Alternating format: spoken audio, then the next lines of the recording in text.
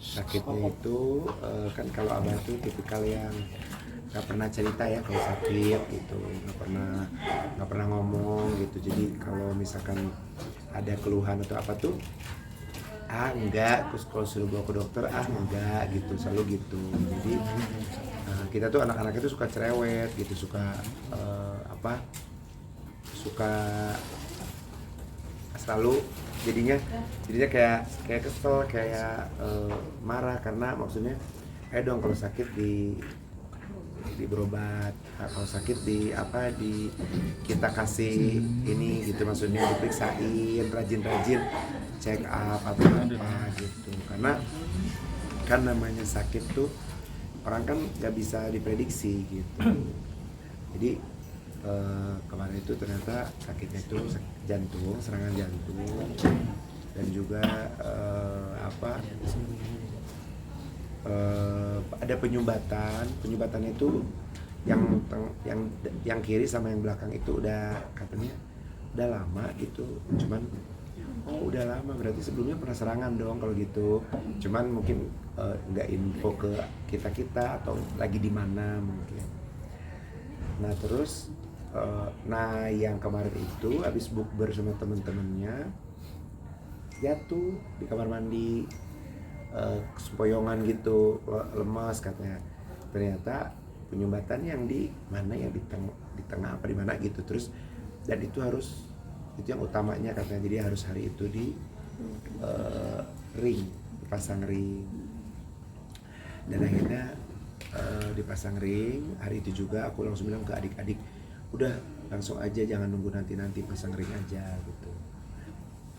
Nah alhamdulillah udah pasang ring. Terus kalau abah kan memang tipikalnya yang stresan ya, dia panikan gitu, jadi kita harus nenangin, harus ngasih, pokoknya kalau abah tuh harus kita ngasihnya yang bagus-bagus dulu gitu, soalnya supaya nggak stres gitu. Kayak gitu. Tapi memang abah udah pernah sempat operasi atau pasang ring itu? Belum, karena kan kita juga tahunya baru tahunya tuh kemarin dari dokternya, ternyata yang 2 itu udah lama tersumbatnya.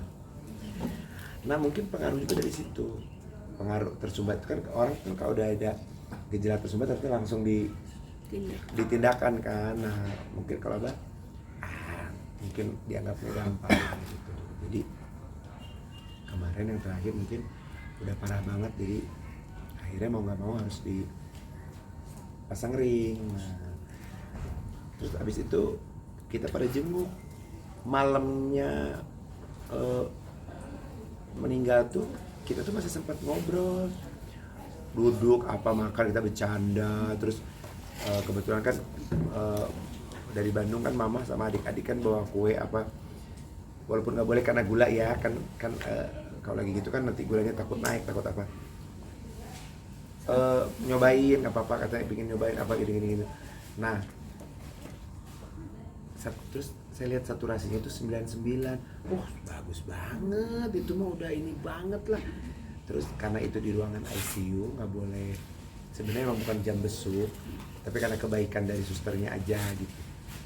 Ada yang baru mau masuk, yang mau tindakan.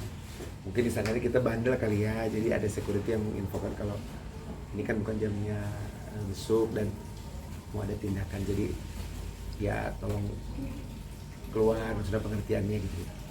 Ya udah, akhirnya aku pulang, aku ke Jakarta pulang, mama Denis pulang ke sini. Kalau adik aku yang bungsu Muhammad ke sini terus balik lagi tapi ke sana karena dia kan yang berurusan sama rumah sakit kan. 1:30 aku lagi, pantesan aku tuh jam 1:15 tuh bolak-balik di kasur tuh, bolak-balik kok nggak bisa, apa sih gitu kan. Setidaknya kan kalau orang tidur kan kalau udah ngantuk udah langsung tuh, ini ngantuk tapi kok nggak mau tidur gitu, nggak mau gitu, bolak-balik. Jam 2-an lewat mungkin, jam 2 kurang, orang aku naik ke unit ke atas karena dia pegang akses kan. dia ketok ngegedornya kayak apa tahu apa. Kenapa? Pak yang sadar ya Pak, Abah sudah berpulang. Hah? Abah berpulang? Abah siapa? Saya pakai nanya lagi. Abah siapa? Ya karena kan aneh kan, maksudnya kaget gitu, maksudnya loh, maksudnya jadi kayak nggak bisa ngomong aja gitu. Jadi akhirnya kita langsung ke sini, langsung dan ke sini udah ada ternyata. Terus mungkin Abah seperti apa sih kedatangan, maksudnya kedatangan King ketika di rumah sudah seperti apa? Jadi sudah jenazah dan sudah ditutupin kafan, udah pokoknya cuma tinggal nunggu pagi untuk dimandikan jam 9. Jadi aku cuman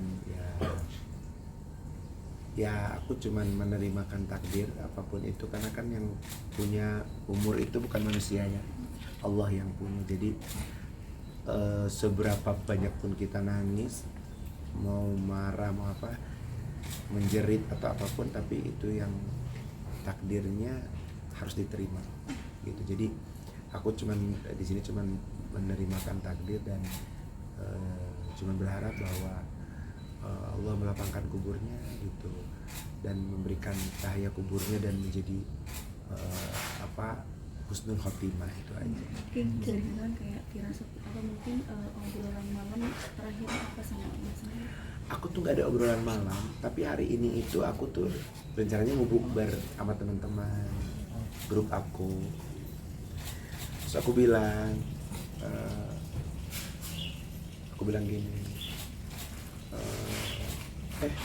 nanti kita pada pakai ini yuk biar seru, yang cewek-cewek pakai abaya warna hitam. Nah kalau yang cowok kemeja hitam aja atau kemeja putih ya, abu juga boleh. Aku ngomong begitu hari ini nih mau bukber. Terus kata teman aku gini, ada juga tadi karena bukan kayak teman, jadi kayak udah temen lama gitu ya, abang grup kumpulan di sini juga orang kita juga Arab Bogor sini juga. Dia bilang, Zar, kan manggilnya Zar itu, Zar, coba deh, lu kan ngomong mau pakai baju hitam, ini hitam beneran katanya gitu. Ya kalau aku kan abaya identiknya hitam ya, abaya Arab perempuan tuh hitam. Cuma kita mau seru-seruan pengen pakai gitu. Aku nggak kemana-mana pemikirannya. Ada pesan atau jangan dari ayah nggak, jadi mungkin asal dengar Ketika dia sakit aku tuh tipikal anak yang bukan aku aja tapi adik-adik aku juga, maksudnya ya bukan yang terlalu suka gini, terlalu suka banyak bicara yang menjadikan debat gitu ya. Jadi kita tuh senang bercanda aja, ngobrol apa belok-belokin biar bercanda, biar seru gitu. Dan kalau aku sih langsung praktek, misalkan kayak ya dengan berita ini, langsung tuh aku langsung ayo cepetan sekarang minta ke dokter gini, dokternya apa nih, kita ngomong sama dokternya gitu. Kalau aku tipikal yang gitu. Jadi karena kan kita tahu ya Abah, kita tahu karakter bapak juga tahu karakter anaknya. Jadi aku tuh tipikal yang manut gitu, yang ngikutin yang apa, yang gitu, oh iya, nggak yang harus banyak ngomong gitu. Jadi kita nggak pernah ada yang kayak semacam wejangan atau apa tuh, jarang disampaikan gitu tuh. Tapi kan bisa dikatakan kayak dirimu nggak pernah cerita di media sosial pun, nggak pernah cerita ke temanku, mungkin nggak pernah gitu kan? Aku pas keadaan lagi bukber juga saat itu sama teman-teman yang lain, lagi ada grup yang lain, itu adik aku telepon video call kayak gini. Nah, aku langsung baca dulu, oh kenapa, jadi sambil ngobrol tuh, makanya teman-teman tadi yang datang, pantesan pas kita udah pada selesai mau pulang tuh kamu mukanya beda katanya, kayak orang lagi bingung, lagi mikirin apa gitu. Padahal aku lagi nyimak adik aku ngomong, Abah gini gitu. Aku cuma yang udah cepetan, harus gimana supaya nggak ditunggu. Aku tuh kalau ada orang sakit bukan cuma sakit lah, apapun itu nggak suka yang bertele-tele gitu, udah aja langsung supaya selesai, apalagi orang sakit gitu. Abah meninggal usia di berapa Ki? Abah itu di usia ke-67 sekarang itu. Abah kan pasti setiap Ramadan itu pasti punya doa khusus ya buat Iya. gitu. Sempat ya King menerima doa Abah di Ramadan ini apa gitu? Doa di Ramadan itu kalau aku tuh selalu selalu bilang sama Abah, kepada keluarga semuanya gitu ya, baik ke Abah, ke Mama, ke adik-adik, aku selalu bilang bahwa aku tuh pengen sama seperti keluarga-keluarga yang lain pada umumnya, yang mereka bisa pergi umroh bareng-bareng, mereka bisa pergi jalan-jalan vacation sama-sama tanpa ada A, B, C, D gitu. Tapi mungkin Tuhan punya aturan lain gitu ya, jadi Tuhan tuh yang tahu yang mana yang paling terbaik. Dan aku selalu bertanya gitu, kenapa aku tidak bisa seperti itu gitu. Jadi selalu ada kendalanya gitu ya, jadi aku nggak bisa memaksakan kalau memang bukan takdirnya. Kan apa-apa tuh walaupun kita udah siap, udah apa, kalau belum takdir tuh ya nggak nyampe-nyampe udah. Jadi di sekarang itu di tahap yang ya udahlah, mungkin memang nggak semua yang lu lihat lu harus nyampe gitu, harus seperti itu. Mungkin Tuhan punya cara lain kayak gitu. Bagaimana? Ada tahlilan nggak sih? Nah? Ada tahlilan nggak? Enggak, kalau kita di adat istiadat kita nggak ada tahlilan. Mama sendiri kondisinya gimana? Kalau Mama itu alhamdulillah, maksudnya kita sebagai anak memberikan nenangin ya. Kalau aku tuh dan Mama itu tipikal orang yang dia bisa menenangkan dirinya sendiri. Dia punya kontrolnya tuh jauh lah, kita anak-anaknya juga nggak nyampe ya.